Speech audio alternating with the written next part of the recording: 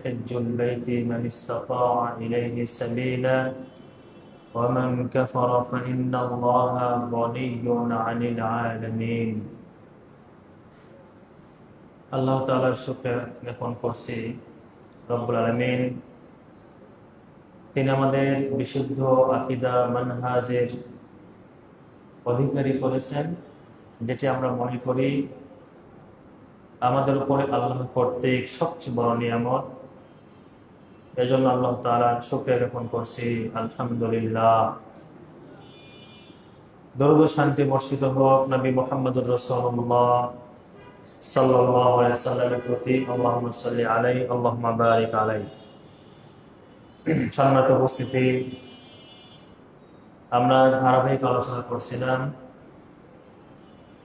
মুজাদ্দিদ শেখ মুহাম্মদ বিন আব্দুল ওয়াহ্হাব রাহিমাহুল্লাহর লেখা কাশফুশ শুবহাত কিতাব থেকে। আমরা মোটামুটি কিতাবটির 3 ভাগের 2 ভাগ শেষ করেছি, আর অল্প কিছু বাকি রয়েছে। আল্লাহ তাআলা যেন আমাদের সঠিক কথাগুলো বলা এবং সকলকে আমল করার তৌফিক দান করেন। যা আমরা বসেছি, আল্লাহ তাআলা আমাদের মনের নেক আশাগুলো কবুল ও মঞ্জুর করুন, আল্লাহুম্মা আমিন। শাইখ বলেছেন আন্না লা খিলাফা বাইনাল উলামা'i কুল্লিহিম, সকল আলেমদের মাঝে এই বিষয়ে কোনো মতভেদ নাই তথা সকল আলেমগণ একমত। আজকের দার্স অত্যন্ত সূক্ষ্ম, এজন্য আপনাদের গভীর মনোযোগ আকর্ষণ করছি। শাইখ বলছেন যে সকল আলেমগণ একমত আন্না রাজুলা ইযা সাদ্দাকা রাসূলুল্লাহি ফি শাইইন, যদি কোনো মুসলিম দাবিদার নবী মুহাম্মদুর রাসূলুল্লাহ সাল্লাল্লাহু আলাইহি সাল্লামকে সত্যায়ন করে কোনো বিষয়ে, আর যদি কোনো বিষয়ে তাকে মিথ্যা মনে করে, তাহলে হকপন্থী আলেমগণ একমত তিনি মুসলিম নন। একমাত্র তিনি মুসলিম যিনি ইসলামের সম্পূর্ণ বিধানকে অন্তর থেকে মেনে নেন। যারা কিছু মানে না, তারা মুসলিম নয়। ঠিক তেমনি ভাবে যারা কোরআনুল কারীমের কিছু অংশ মানে আর কিছু অংশ মানে না, কিছু বিশ্বাস করে কিছু বিশ্বাস করে না, তারাও মুসলিম নয়।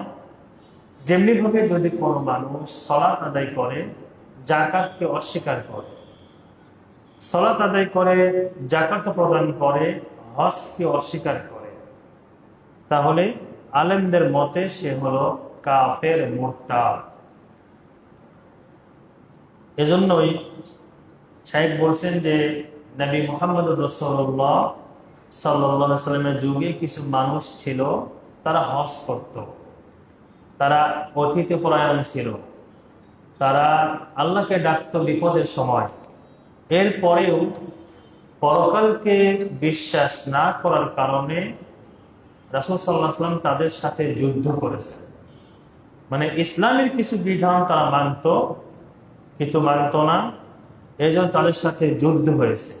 এবং আল্লাহ তাআলা সেটি বলেছেন, ইন্নাল্লাযীনা ইয়াকফুরুনা বিল্লাহি ওয়া রাসূলিহি, যারা আল্লাহ এবং তার রাসূলগণকে অস্বীকার করে, ওয়া ইউরিদুনা আন ইউফাররিকু বাইনাল্লাহি ওয়া রাসূলিহি, এবং তারা পার্থক্য করতে চায় আল্লাহ এবং তার রাসূলের মাঝে।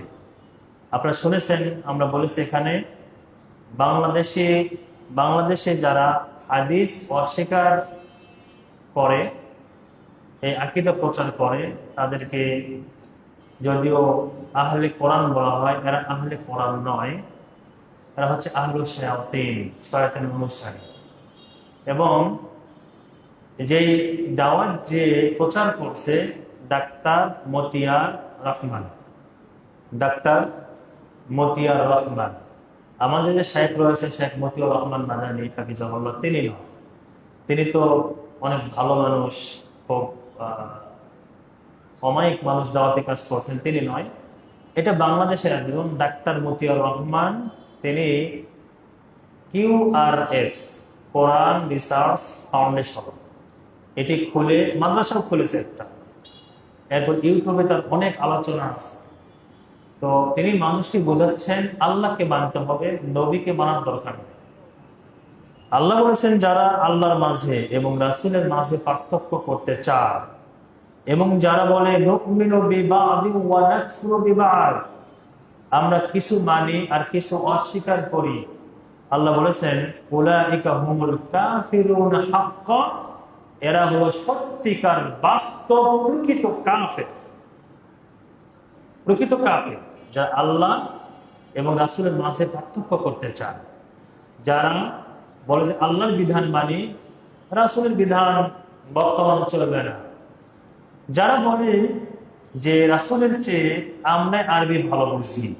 দেখবেন যে এই যে হজ শুরু হয়ে গিয়েছে, হজে মিনার মাঠে তো সালাত পরে কসর করে, আরাফার মাঠে গিয়ে রাসূলের সুন্নাহ হলো যোহরের 2 রাকাত পড়া, আজান দেওয়া, একামত দিয়ে যোহরের 2 রাকাত কসর পড়া, এরপরে আবার আকামত দিয়ে আসরের 2 রাকাত পড়া।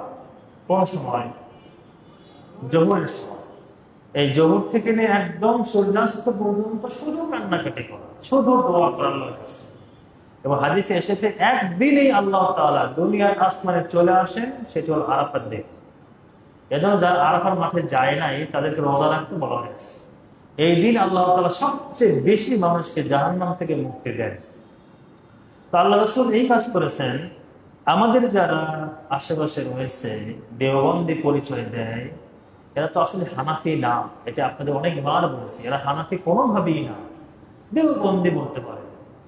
এরা বলে যে আল্লাহ বলেছেন ইন্নাস সালাতা কানাত আলাল মুমিনিনা কিতাবাম মাওকুতা, নির্দিষ্ট সময়ে নামাজ পড়াটা আল্লাহ ফরজ করেছেন। অতএব আসরের সালাত জোহরে পড়লে নামাজ হবে না, আসরটা আসরেই পড়তে হবে। কথা বুঝতে পারলেন কিনা? তাহলে রাসূল সাল্লাল্লাহু আলাইহি ওয়াসাল্লাম এরা বেশি বুঝলো, রাসূল বেশি বুঝলো। আল্লাহ রাসূল পড়েছেন 2 ওয়াক্ত জোহরের সময়, এরা বলছে না, জোহরের সময় জোহর, আসরের সময় আসর, নামাজকে জমা করা যাবে না। এখন পর্যন্ত তারা, আল্লাহ আপনাদেরকে আরাফার মাঠে যাওয়ার বাস্তব তৌফিক দান করুন, এখন পর্যন্ত তারা সেখানে গিয়ে 2 জামাত করে। একটা জামাত হয় আরাফার যিনি ইমাম, তার পেছনে জামাত হয়, তারা সেই ইমামের পেছনে নামাজ পড়ে না, বসে নামাজ পড়ে নামাজ হবে না। আসরের সময় দ্বিতীয় তার আলাদা জামাত। তো এরা হচ্ছে আল্লাহ এবং তার রাসূল মাঝে পার্থক্য করতে চায়। এজন্য আমি ক্লাসেও যে কথা বলি, এখনো আপনাদের বলছি, যখন আপনার বিবেক কোরআন এবং সুন্নাহর সামনে নত হবে যে আল্লাহ বলেছেন, রাসূল বলেছেন, আমি হলাম সবচেয়ে পাগল, আমার কোনো বুদ্ধি নেই, কোরআন হাদিসের সামনে আমার কোনো বিবেক নেই, আল্লাহ বলেছেন আল্লাহ রাসূল বলেছেন, ওটাই সত্য, আমার বুঝে আসতেও পারে নাও আসতে পারে, মোজার উপর মাসা করতে হয় ওপরে, নিচে নয়। ওখানে বিবেক খাটাতে গেলে পথ ভ্রষ্ট হয়ে যাবে। কবরের আযাব কেউ দেখে না, বিশ্বাস করতে হয়। মিজান দুই পাল্লা হয়েছে, বিশ্বাস করতে হয়। পুলসিরাত চুলের চেয়েও চিকন, তরবারির চেয়েও ধারালো, বিশ্বাস করতে হয়। এখানে বিবেক খাটাতে গেলে মানুষ পথভ্রষ্ট হয়।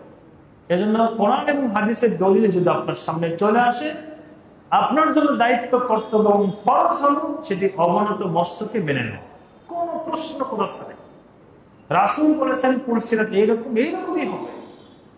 রাসূল বলেছেন প্রত্যেক রাতের শেষ ভাগে আল্লাহ তাআলা দুনিয়ার আসমানে নেমে আসেন, না আসেনি। এখানে রাত, আমেরিকায় দিন, এই সেই যুক্তি দিয়ে আমি হাদিসকে অস্বীকার করতে পারি না।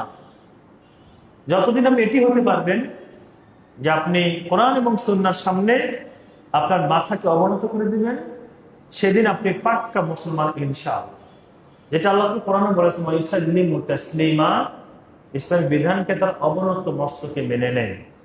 এজন্য আল্লাহর মাঝে রাসূলের মাঝে বিধানগত কোনো পার্থক্য করা যাবে না। আমি সংক্ষেপে ব্যাখ্যার দিকে যাচ্ছি না। শায়েখ আরো বলেছেন এরা হলো প্রকৃত কাফের। এজন্যই যারা রাসূলকে বিশ্বাস করে কিন্তু সালাতকে অস্বীকার করে, সে যদি কাফের হয়, তার চেয়ে বড় কাফের যে সালাত পড়ে, হজ করে, যাকাত দেয় কিন্তু তাওহীদকে অস্বীকার করে। এটা সবাই একমত। আমাদের দেশের যতগুলো আলেম আছে, যে ঘরানারই হোক, একমত যে কাদিয়ানীরা কি বলে না, ওদেরই গলার আওয়াজ বেশি এই ক্ষেত্রে। কেন? একটা সমস্যা, তারা শুধুমাত্র নবী মুহাম্মদ রাসূলুল্লাহ সাল্লাল্লাহু আলাইহি সাল্লামকে শেষ নবী মানে না। তারা বলছে যে গোলাম আহমদ কাদিয়ানী হলো, তিনি হলেন নবী, শেষ নবী, বা নবী ধারাবাহিক চলতেই থাকবে। এই কারণে আমাদের দেশের সকল আলেমরা একমত, তারা কাফের। একটা বিধান যদি না মানার কারণে কাফের হয়, ওই সমস্ত মানুষের ব্যাপারে আপনি কি বলবেন? যেই মানুষগুলো, যেই কাদিয়ানীরা মানে নবীর হক দিয়েছে অন্য মানুষকে, যেই হকটা কার? নবী, শেষ নবীকে মুহাম্মদ রাসূলুল্লাহ সাল্লাল্লাহু আলাইহি ওয়াসাল্লাম, তাকে না বলে অন্য কাউকে বলেছে। এক নবীর হক অন্য মানুষকে দেওয়ার কারণে যদি কাফের হয়, ওই মানুষটি কেমন, কত বড় কাফের হবে যে অন্য মানুষকে আল্লাহর স্থানে বসায় দিয়েছে। কথা বুঝলেন কিনা? নবীর স্থানে বসানোর কারণে যদি কি হয়, আমাদের দেশের সবাই আমরাও বলি কাদিয়ানীরা কাফের। যদি কোনো ব্যক্তি কোন মানুষকে, স্মৃতিসৌধকে, পাথরকে, আরো পিলারকে, গম্বুজকে যদি আল্লাহর স্থানে বসায়, তাহলে সে কত বড় কাফের হবে। তার ক্ষেত্রে তো বাস্তবিক উলাইকা হুমুল কাফিরুন হাক্কা, এরা সত্যিকারী কাফের, যারা আল্লাহর হকে আল্লাহর জায়গায় কোন মানুষকে বসায়। এজন্য এই বিষয়টি চিন্তার বিষয় যে কোন মানুষকে যদি রাসূলের জায়গায় কেউ বসায়, সেইভাবে যেভাবে মুসলমান থাকে না, ঠিক তেমনি ভাবে পৃথিবীর কোন জিনিসকে যদি কেউ আল্লাহর জায়গায় বসায়, তাকেও মুসলিম বলার কোনো সুযোগ নাই। এই জিনিসটি খুব সূক্ষ্ম একটি বিষয়, এটি মাথায় রাখবে। তাকে মুসলিম বলার কোনো সুযোগ নেই। এখন বলতে পারেন যে যাবো কোন দিক, সব দিকে ঝামেলা, তো ঝামেলা তো আসবেই। এটি আল্লাহ রাসূল বলে গিয়েছেন। যেন যে হাদিসটা আমরা বলি, সাহাবী হুযায়ফা বিন ইয়ামান তিনি বলেছেন যে মানুষেরা আল্লাহ রাসূলকে জিজ্ঞাসা করতো কল্যাণ সম্পর্কে, কি করলে সব বেশি হবে, কি করা যায়। আর আমি জিজ্ঞাসা করতাম যে কি করলে ক্ষতির মধ্যে পড়বো। আমি বললাম, আল্লাহ রাসূল, আমরা ছিলাম জাহেলি যুগে, আল্লাহ আমাদেরকে ইসলাম দিয়েছেন, এই ইসলাম আনার পরেও কি আবার কোনো অকল্যাণ আছে? আল্লাহ রাসূল বলেন, হ্যাঁ আছে। বলো, আল্লাহ রাসূল, এই অকল্যাণের পরে আবার কি কোনো কল্যাণ আসবে? আল্লাহ রাসূল বলেন, হ্যাঁ আসবে। আমি বললাম, আল্লাহ রাসূল, এই কল্যাণের পরে আবার কোন অকল্যাণ আসবে? তিনি বললেন, এই অকল্যাণের পর আবার কোন কল্যাণ আসবে? আল্লাহ রাসূল বলেন, হ্যাঁ কল্যাণ আসবে, তবে সেটি হবে ভেজাল যুক্ত।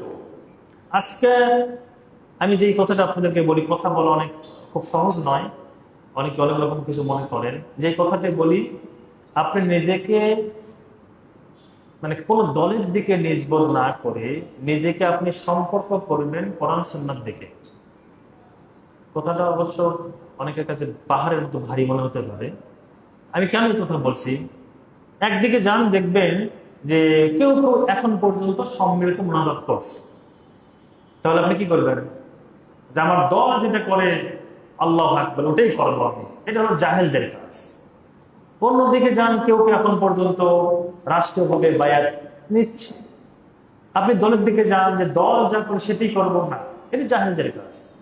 অন্যদিকে যান, যারা বলছে যে সবকিছু মানে ইসলামীকরণ করতে হবে, সবকিছু ইসলাম, যেখানে যায় ইসলাম ছাড়া কিছু খুঁজে পায় না। সামনে মেয়েদেরকে রাখলো, সেটাও ইসলামী একটা পদ্ধতি। সামনে শিরিক বেরাতে গেলে সেটাও ইসলামী পদ্ধতি। তা আপনি যদি বলেন যে আমার দল যা করে সেটি আমি করবো, আপনি পথভ্রষ্ট হয়ে যাবেন। এই যে সাহাবী হুযায়ফা বিন ইয়ামান বলছেন, আল্লাহ রাসূল, তাহলে করবো কি আমি? আল্লাহ রাসূল বললেন, ওই সময় কিছু দায়ীরা থাকবে। দায়ী শব্দ আসে, দায়ী যারা আলেম, এরা তোমাদেরকে ডাকবে জাহান্নামের দিকে। ফামান আজাবুহু ইলাইহা ক্বাযাফুহু ফি, যে ব্যক্তি তাদের ডাকে সাড়া দেবে, ওই দায়ীরা তাদেরকে সহ জাহান্নামে যাবে। তখন তিনি বলছেন, আল্লাহ তাহলে করণীয় কি? আল্লাহ বললেন, ফাতাজিল তিলকাল ফিরাক কুল্লাহ, তোমার দায়িত্ব হলো যাবতীয় এই সমস্ত বাতিল দলকে, মতকে পরিহার করবে। একাকী থাকবে, যদিও গাছের শিকড়ে কামড় দিয়ে হলো একাকী থাকবে। আমি কেন বলছি এই কথা? যদি আপনার দল আপনাকে বেদাত করতে বলে, আউযু বিল্লাহ, আমার দল আমাকে জান্নাত নিয়ে যাবে না। যদি আমার দল আমাকে শিরক করতে বলে, আউযুবিল্লাহ, আমার দল আমাকে জান্নাত দিবে না। যদি আমার দল মনে করে যে সবকিছু ইসলামী, এখন অন-ইসলামে কিচ্ছু নেই, যেটাই করে ওটাই শুধু ইসলাম ইসলাম দেখে। কিছুদিন আগে আমরা বলেছি, অনেক ভাই খুব মন খারাপ করেছেন। ভোটের আগে বলেছিলাম যে ভোটটা দিয়েন না, গণতন্ত্র ইসলাম সাপোর্ট করে না, বলছে না মন্দের ভাব, মানে ফতুয়া আমরা দেবো, তুলনায় ফতুয়া দেন আমাদেরকে। এইভাবে চলছে। তা আপনি এই গুণাগুলো কে নেবে? এই গুণাগুলো কে নেবে? এই জন্য সাহাবী হুযায়ফা বিন ইয়ামান রাদিয়াল্লাহু আনহু 1400 বছর প্লাস আগে তিনি রাসূলকে প্রশ্ন করেছিলেন, আল্লাহ রাসূল এই পরামর্শ দিয়েছেন, 1400 বছর পরে কি সেই সময় এখনো আসেনি যে আপনাকে সব বেদাত গুলো, শিরিক গুলো বর্জন করে একাকে আমল করতে হবে, নাকি আপনাকে আরো হাজার বছর অপেক্ষা করতে হবে? আমি তো যখন আমার ডানে বামে দেখি, তখন মানে বিশুদ্ধ আকীদা তাওহীদের মানুষ আমার চোখে খুবই কম পড়ে। এটা আমার হয়তো আমি খুব ইয়ার দৃষ্টিতে দেখি। আসলে দেখেন, আপনি কোথায় যাবেন? ধর্মহীন বেশি, যারা ধর্ম পালন করে তারা হয় শিরকি নয় বেদাতি। এজন্য ওই সময় আমার মনে এসে গিয়েছে যে আপনি ফলো করবেন কোরআন এবং কাকে, সুন্নাহকে, কোনো ব্যক্তি নয়, কোনো দল নয়, এগুলো থেকে আপনি মুক্ত হয়ে আপনি কোরআন সুন্নাহকে ফলো করবেন। যদি কারণ বেশিরভাগকে আমরা দেখতেছি সবগুলোই হয় শিরিক নয় বেদাত, কিছু না কিছু আছে। এজন্য অন্ধভাবে কাউকে অনুসরণ করতে ইসলাম বলেনি। ইসলাম বলেছে কোরআন এবং কি সুন্নাহ অনুসরণ করতে। এরপর তিনি বলেছেন, আপনার নাম শুনেছেন মুসাইলামাতুল কাযযাব, নাম শুনেছেন? ভণ্ড নবী, দাবিদার। হ্যাঁ, ইয়ামামের যুদ্ধে তো সেখানে সাহাবাগণ এরা নামাজ পড়তো, হজ করতো, যাকাতও দিত, সবই করতো। ঝামেলা ছিল কি যে নবী মারা গিয়েছেন, এখন আমাদের নবী একজন আছে। সাহাবারা যুদ্ধ করেছেন তাদের সাথে, যুদ্ধ করে তার সাথে তাদেরকে হত্যা করা হয়েছে এই একটা দাবি করার কারণে যে নবী সে দাবি করেছে। এরপরে ফাতিমি যারা, আপনারা জানেন ফাতিমি যারা শিয়া, এরা শিয়া শুধু নয়, এরা হলো আপনার বাতিনি শিয়া, যারা মুসলিমদেরকে হত্যা করাকে সওয়াবের কাজ মনে করে, যেটা সিরিয়াতে তারা করেছে, লেবাননে করছে, ফিলিস্তিনি করছে, অনেক জায়গায়। সালাফি আহলুল হাদিস, সালাফি মুসলিমদেরকে হত্যা করা, 100 জনকে হত্যা করা আর একজন কাফেরকে হত্যা করা তাদের কাছে সমান সমান সওয়াব। কাফের মানে না, তারা মানে হলো তাদেরকে, সালাফিদেরকে, বিশুদ্ধ আকীদার যারা। আমি আল্লাহর কাছে খুব আশাবাদী, এটা আপনাদেরকে বলি। আমি জানি না আপনাদের পর্যবেক্ষণ কেমন। আমরা যখন দেখি সিরিয়াতে যারা এখন আছেন, এরা কিন্তু রাসূলের হাদিস যে শেষ জামানা সবকিছু হবে কি কেন্দ্রিক? শাম কেন্দ্রিক, শাম কেন্দ্রিক, শাম কেন্দ্রিক হবে এবং বারাকাও শামে থাকবে। আল্লাহ রাসূল আদেশ করেছেন শাম কাকে ধরবে তোমরা শেষ জামানায়। তো এমনকি মদিনার কথা আসছে, সেখানেও বিরান হয়ে যাবে, সব যাবে মুজাহিদদের দিকে। যখন আমরা দেখি সেখানে সালাফি শাসন আসছে, আলহামদুলিল্লাহ, তো এটা আমাদেরকে উৎসাহ দেয়। আমরা আশাবাদী হই যে সারা বিশ্ব একদিন ইনশাআল্লাহ এই শাম থেকে, মক্কা মদিনা থেকে সারা বিশ্ব বিশুদ্ধ আকীদা এবং সালাফিদের অধীনে আসবে ইনশাআল্লাহ। এবং এটি কোনো কল্পনা নয়, এটা আমাদের হাদিসের সাথে মিলা যায় যে শাম থেকেই কল্যাণ শুরু হবে, যেটি শুরু হয়ে গিয়েছে আলহামদুলিল্লাহ। এবং তারা মুজাহিদ, সালাফি মুজাহিদ। তো বলছিলাম ফাতিমি যারা শিয়া সম্প্রদায়, এরা হজ করে, যাকাত দেয়, নবীকে মানে, রমজান রোজা সিয়াম রাখে, সবকিছু করে। ঝামেলা হল ইসলামের সব বিধানগুলি মানে, একটা ঝামেলা তারা বলছে আপন বোনকে বিবাহ করা জায়েজ। দেখছেন নাউজুবিল্লাহ কত জোরে শব্দ আসছে। এখন যদি বলতাম যে একটা মোরগ জবাই করছে জিনের নামে, কিচ্ছু বলতো না, মোরগ জবাই করছে, সমস্যা কি, জিন খাবে। কোনটা বেশি গুনাহ বলেন তো?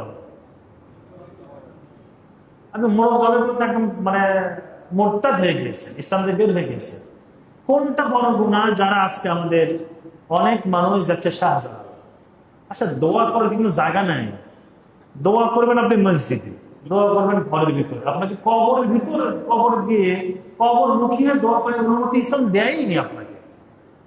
অনুমতি ইসলাম এমনকি নবী মুহাম্মদ রাসূলুল্লাহ সাল্লাল্লাহু আলাইহি ওয়াসাল্লামের কবরে গিয়ে কবর মুখিয়ে দোয়া করতে দেয় না পুলিশরা। আমি সেখানে ছিলাম, আপনাদেরকে বলেছি দেয়নি, বলে আমরা তাদেরকে জোর করে ঘুরে দিতাম কেবলামুখী করে। সেখানে যাচ্ছে, বোঝাচ্ছে যে বিরাট কিছু একটু হয়ে গেছে। আজকে দেখলাম সেখানে লালে লাল লেখছে যে শাহজালাল বাবা লালে লাল, মানে যারাই যাচ্ছে সব লাল কাপড় পরে, লাল আপনার এই কি অর্ণব বলে, হ্যাঁ সব নিয়ে যাচ্ছে, পতাকা লাল, সবকিছু লাল।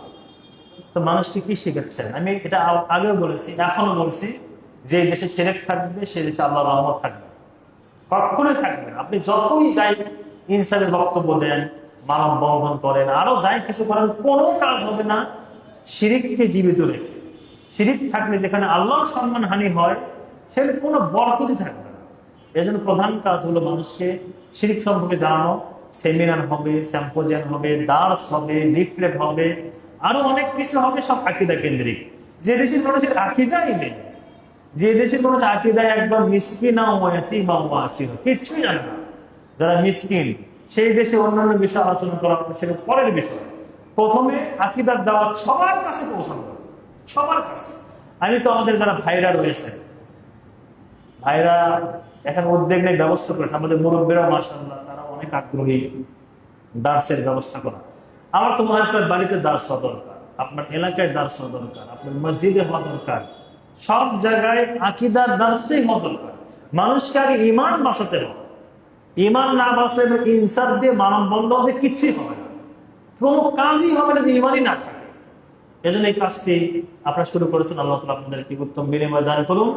আমরাও শুরু করেছি, বিশেষ করে বাড়িধার এলাকায়, সেখানে তো খুব এলাকা, সেখানেও আলহামদুলিল্লাহ আকীদার দাস শুরু করেছে, আলহামদুলিল্লাহ শুরু হবে, এই শনিবার থেকে শুরু হবে ইনশাআল্লাহ। আমরা চাই আপনারাও, আপনারা যে যেখানে আছেন, পরিবারকে আকীদামুখী করেন, এবং মনে রাখবেন যে ইব্রাহিম আলাইহিস সালাম তিনি দোয়া করেছেন যে ওয়াজনুবনি ওয়া বানিয়া আন না'বুদাল আসনাম, আল্লাহ আপনি আমাকে এবং আমার সন্তানদেরকে শিরক থেকে বাঁচান। এই দোয়া কে করেছেন? তার সে আর মুওয়াহহিদ তাওহীদবাদের কে আছে? তিনিই দোয়া করেছেন। তিনি আশঙ্কা করতেন তার বংশের উপরে, দোয়া করতেন আল্লাহর কাছে। আমরা কোথায়? এজন্য সবকিছুই হবে সবার আগে আকীদা। এজন্য বলি আকীদাতুল আউয়ালান, সবার আগে আকীদা। আকীদা ঠিক করতে হবে, না হলে কিছুদিন পরে, যিনি সেদিন বলেছি 20 বছর পরে সব কিছু যেটাই তাকাবেন সব ইসলাম, ডানেও ইসলাম, বামেও ইসলাম, শহীদ মিনার ইসলাম, স্মৃতিসৌধ ইসলাম শুরু হয়ে গিয়েছে, সব ইসলাম হবে, ইসলামের বাইরে কিছু থাকবে না। মানে দেখলেই তাকালে ইসলাম ইসলাম মনে হবে, এটা হয়ে যাচ্ছে। যার আকীদা মজবুত নাই তিনি সব কিছু করতে পারেন। এজন্য আকীদাকে মজবুত রাখবেন, এবং মনে রাখবেন নবী মুহাম্মদ রাসূলুল্লাহ সাল্লাল্লাহু আলাইহি ওয়াসাল্লাম তিনি প্রথম দাওয়াত দিতে বলেছেন তাওহীদের, এবং কবরের প্রথম প্রশ্ন তাওহীদের। এজন্য আকীদা ছাড়া আপনার জন্ম তাওহীদ, আল্লাহু আকবার ধ্বনিতে, মৃত্যু তাওহীদ, লা ইলাহা ইল্লাল্লাহ, কবরের প্রথম প্রশ্ন তাওহীদ।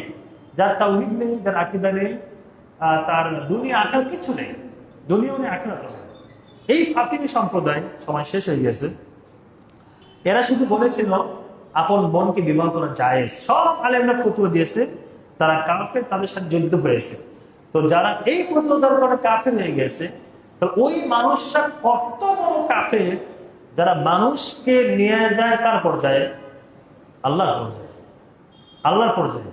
তো মানুষকে যদি নিয়ে যায়, তাও একটা কথা আছে যে মানুষ আল্লাহর পর্যায়ে ঠিক আছে, ঠিক আছে বলে তাদের ধারণা। এখন তো মানুষকে বাদ দিয়েও আপনাদের যেগুলো কোনো ক্ষমতাই নেই, গাছকে, ধলা পাহাড়, কালা পাহাড়, কচ্ছপ, এরপর হচ্ছে আপনার শহীদ মিনার, স্মৃতিসৌধ, আরো যেগুলো আছে, এগুলো কেউ নিয়ে যাচ্ছে আল্লাহ। এই ব্যাপারে আলেমরা চুপ কেন? আমার এটাই দুঃখ, এই ব্যাপারে আলেমরা কেন চুপ? শিরকের বিষয়ে কারোর সাথে কোনো আপোষ নেই। আমার ভাই হতে পারে, যেখানে ইব্রাহিম আলাইহিস সালাম তার বাবার সাথে আপোষ করে নাই, নবী মুহাম্মদ রাসূলুল্লাহ সাল্লাল্লাহু আলাইহি ওয়াসাল্লাম তার চাচাকে নিয়ে আসতে পারে নাই, যিনি সবসময় সহযোগিতা করেছেন, সেখানে শিরকের বিষয়ে কোনো আপোষ নবীর সাথে চলবে না। নবী মুহাম্মদ রাসূলুল্লাহ সাল্লাল্লাহু আলাইহি ওয়াসাল্লাম তিনি বলে দিয়েছেন যে যারা দুটো কথা বলেছেন, যে মান শাহিদা আল্লাহ ইলাহা ইল্লাল্লাহ ওয়া কাফারা বিমা ইউবাদু মিন দুনিল্লাহ। এটা বুঝতে হবে আপনাকে, যে দুটো বিষয়, একটা হচ্ছে সাক্ষ্য দিতে হবে আল্লাহ ছাড়া সত্য কোনো মাবুদ নাই, পাশাপাশি যত বাতিল আছে সেগুলোকে অস্বীকার করতে হবে। অস্বীকার, এখানে তো আমরা ধরা খেয়ে যাই। আমরা নামাজ পড়ি, রোজা রাখি, সব করি, কিন্তু আবার কি বাতিলের সাথেও মিশি, ওটাকে আবার অপছন্দ করি না, হবে না। বরং লা ইলাহা ইল্লাল্লাহ দুটাই লাগবে। আল্লাহকে একমাত্র স্বীকার করতে হবে, আর যাবতীয় হারামকে, বাতিলকে, শিরককে, বেদাতকে, শিরক বেদাত হারামই মনে করতে হবে। সেগুলো ইসলামী করণ করার কোনো সুযোগ নেই, সেগুলোকে হালকা করে দেখার কোনো সুযোগ নেই, এবং কোন দলের অধীনে থেকে অন্যায় করার সুযোগ ইসলাম আপনাকে দেয়। বরং যদি আপনি মনে করেন সব দল থেকে বিচ্ছিন্ন হয়ে আমি গাছের শিকড় আঁকড়ে ধরে ইমানকে বাঁচাবো, সেটা প্রথম উত্তম, সেটা প্রথম উত্তম। আল্লাহ তোমার সকলকে আমাদের ইমানকে হেফাজত করুন। আজকে আর একটু পড়াতে চেয়েছিলাম, কিন্তু এক ভাই বলেছেন এটা আমাদের কথা যে আধা ঘন্টা কিন্তু শেষ করার জন্য আমাদের কথা এটা, হ্যাঁ। তো এই জন্য আজকে আগাচ্ছি না আর কি। এতটুকু আমরা বলে রাখি, সেটি হলো যে আপনি পরকালকে নষ্ট করে দুনিয়া অর্জন নয়, এটা মনে রাখবেন। এবং পাশাপাশি একটা মূলনীতি বলে দেই, সেটি হলো হালালে পৌঁছার জন্য হারাম মাধ্যম ব্যবহার করা যাবে না। হালালে পৌঁছার জন্য, হালালে পৌঁছার জন্য হারাম মাধ্যম ব্যবহার করা যাবে না। কেমন? আপনি চাচ্ছেন যে আমি মসজিদের সভাপতি হওয়ার পরে পুরো মসজিদকে ঠিক করব, আর মসজিদের সভাপতি হওয়ার জন্য কিছু ঘুষ টুসের ব্যাপারটা বানাচ্ছে, এগুলো দেশ সমস্যা। ইসলাম এটা জায়েজ করে নাই, ইসলাম জায়েজ করে নাই। বরং নবী মুহাম্মদ রাসূলুল্লাহ সাল্লাল্লাহু আলাইহি ওয়াসাল্লামকে প্রস্তাব দেওয়া হয়েছিল, আপনি রাজা হয়ে যান, আপনি টাকা চান সবই দেব। তিনি চাইলে সেই প্রস্তাব গ্রহণ করে সবাইকে ঠিক করতে পারতেন, কিন্তু সেটি করেন না। ইসলামী পদ্ধতি নয়। হালালে পৌঁছার জন্য হারাম পন্থা ব্যবহার করে আপনি হালালে পৌঁছবেন, এটি ইসলাম বলে নাই। ইসলাম বলেছে কু আনফুসাকুম ওয়া আহলিকুম নার, নিজে থেকে জাহান্নাম থেকে বাঁচাও, পরিবারকে বাঁচাও। যে কোনো সময় তোমার মৃত্যু আসতে পারে, অতএব ওই হারাম পথ ব্যবহার করতে করতে যদি তোমার মৃত্যু চলে আসে, ওই অবস্থা তোমার মৃত্যু হয়ে যাবে। এজন্য এই মূলনীতি ঠিক নয় যে এখন অন্যায় করি, অন্যায়ের সাথে তাল মিলাই, যখন ক্ষমতা আসবে বা যখন আমরা সাহস হবে তখন আমরা কিছু করব, এটি ইসলাম বলে নাই। যেভাবে ইসলাম বলে নাই কোন দলের আনুগত্য করে হারাম কাজ করতে। যে দল, সেই সালাফিদের দল হতে পারে, হানাফি দল হতে পারে, ইসলামের ভিতরেও দল হতে পারে, ইসলামের বাহিরেও দল হতে পারে, কোন দলের আনুগত্য করে ইসলাম আপনাকে বলে নাই যে হারাম কাজ লিপ্ত হও। বরং ইসলাম বলেছে সব দলকে বর্জন করে আল্লাহ এবং তার রাসূল যে বিধান দিয়েছেন সেই বিধানের পক্ষে। আল্লাহ আমাদের সেই তৌফিক দান করুন, আল্লাহ আমাদের আকীদা বোঝার তৌফিক দান করুন, এবং বিশুদ্ধ আকীদা নিয়ে আল্লাহ আমাদের কবরে যাওয়ার তৌফিক দান করুন।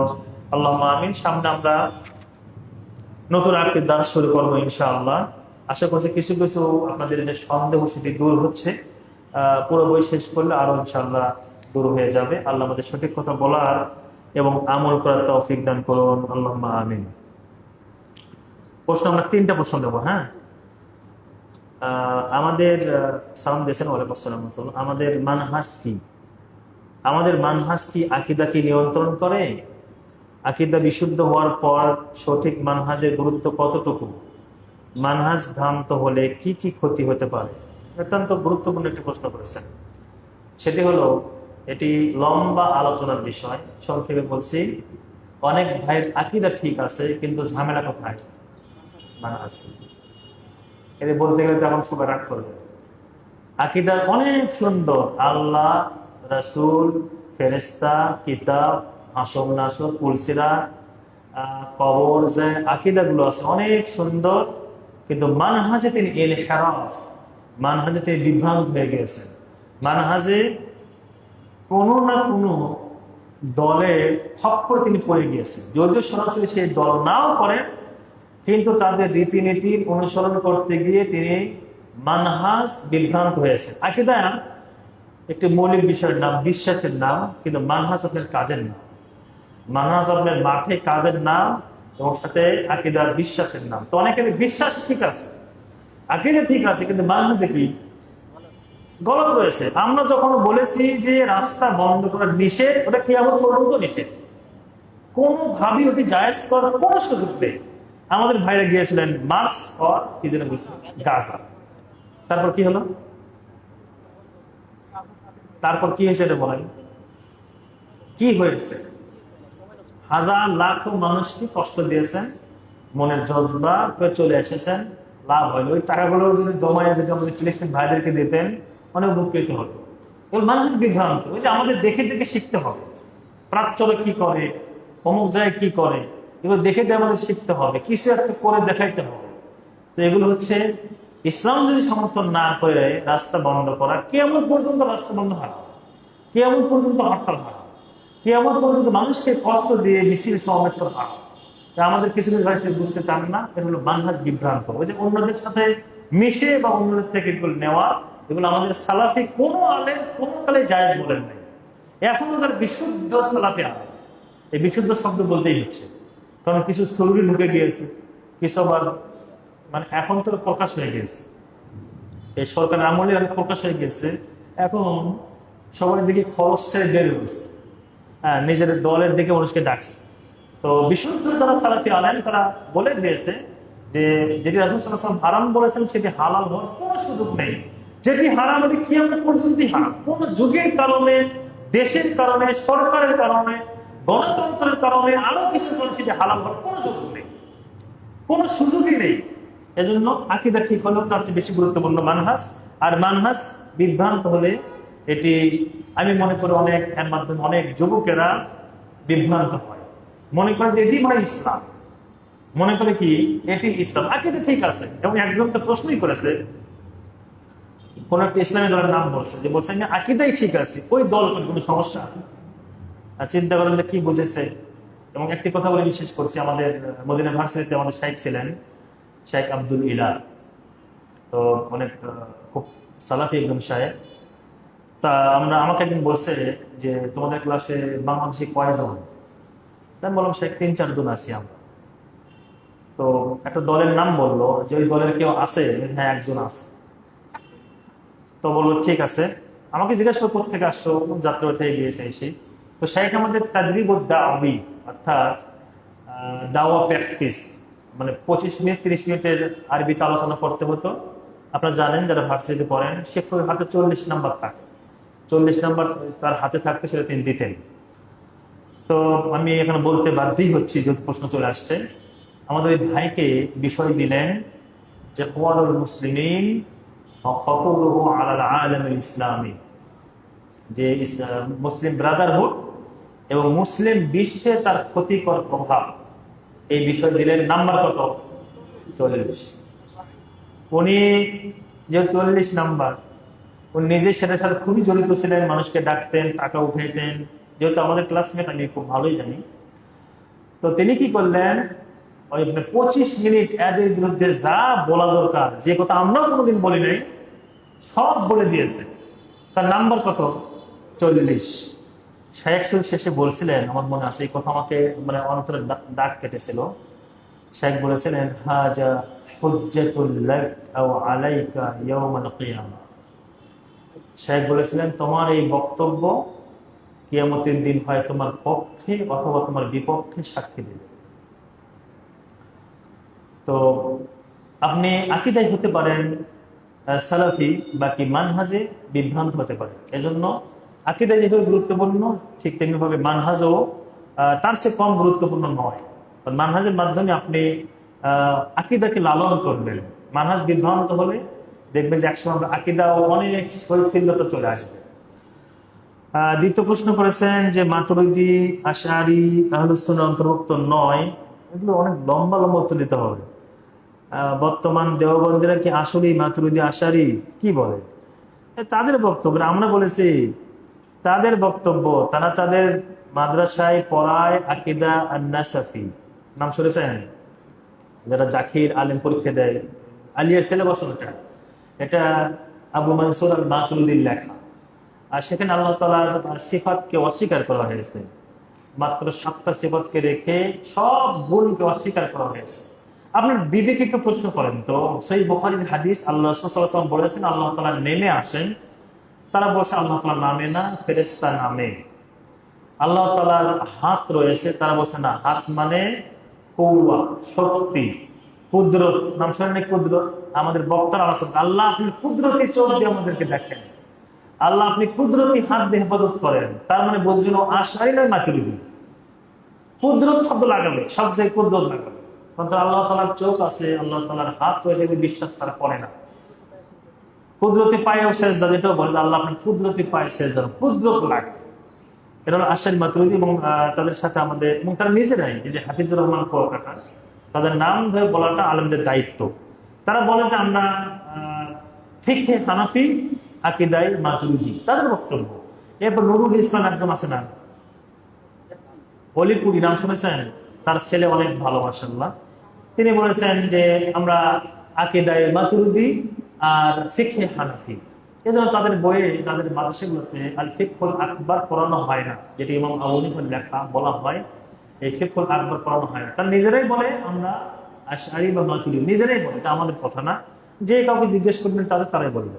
যেমন তারা হানাফি নয়, হানাফি নয়। রেজাউল করিম আব্দুল সাহেব তিনিও বলেছেন, যে সাহেব বললাম যাই হোক, তিনিও বলেছেন যে আমরা আশআরী মাতুরিদি আকীদা লালন করি, আমরা সলফি আকীদা লালন করি, সালাফি আকীদা আমরা মানি না।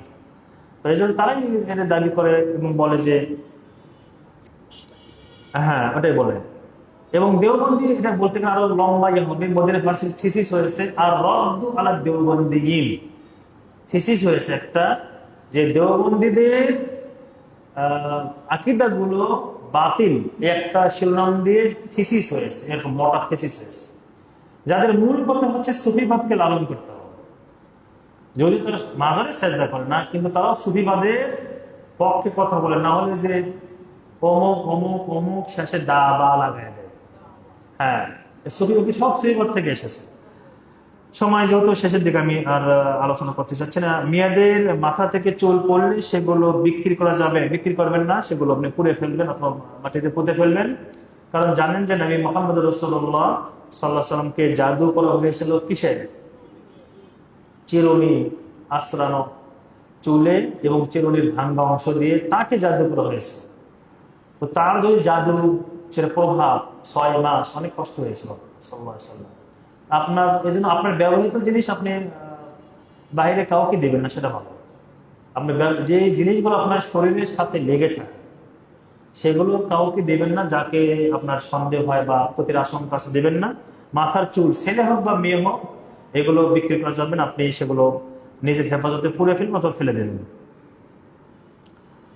সর্বশেষ প্রশ্ন, ঢাকা শহরে বেশিরভাগ কি দেখছেন, বেশিরভাগ গোসলখানা নাকি আর বাথরুম একসাথে, সেখানে ওযু করা যাবে কি? ওযু করা যাবে, আপনি মনে মনে নিয়ত করে নেবেন, মনে মনে নিয়ত করে নেবেন। আর যদি সম্ভব হয় বাথরুম এবং গোসলখানার মাঝে কি করা, পর্দা দেওয়া। পার্টিশন একটু কঠিন হয়ে যায়, যদি হালকা কাপড় দিয়ে পর্দা হয়, যদি ওযু করার সময় কি করবেন, ওযুর সময় ঝুলিয়ে দিবেন, ওযু করার শেষে সেটি আবার সরায় রাখবেন, সেটি উত্তম, তাহলে একটা পার্থক্য হবে। আর যদি পার্থক্য না থাকে, আপনি মনে মনে বিসমিল্লাহ পড়বেন, পরে ওযু করে নেবেন, ইনশাআল্লাহ কোনো সমস্যা হবে না।